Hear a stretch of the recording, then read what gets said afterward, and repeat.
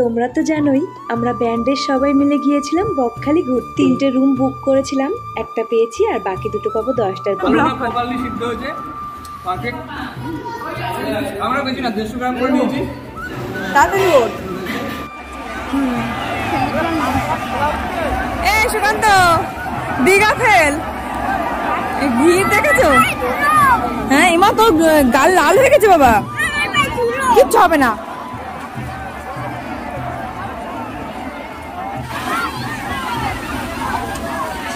থেকে ঘুরে এসে 1 ঘন্টা মতো ঘুমিয়েছিলাম। এবার যাচ্ছি দুপুরে খাবার খেতে। গরম ভাত, আলু ভাজা, শসা, পেঁয়াজ, লেবু আর মাছের মাথা দিয়ে একটা তরকারি। সঙ্গে ছিল আলু পোস্ত, ডাল আর মাছের ঝোল। সবশেষে চাটনি আর পাঁপড়। এখন 4টে মতো বাজে।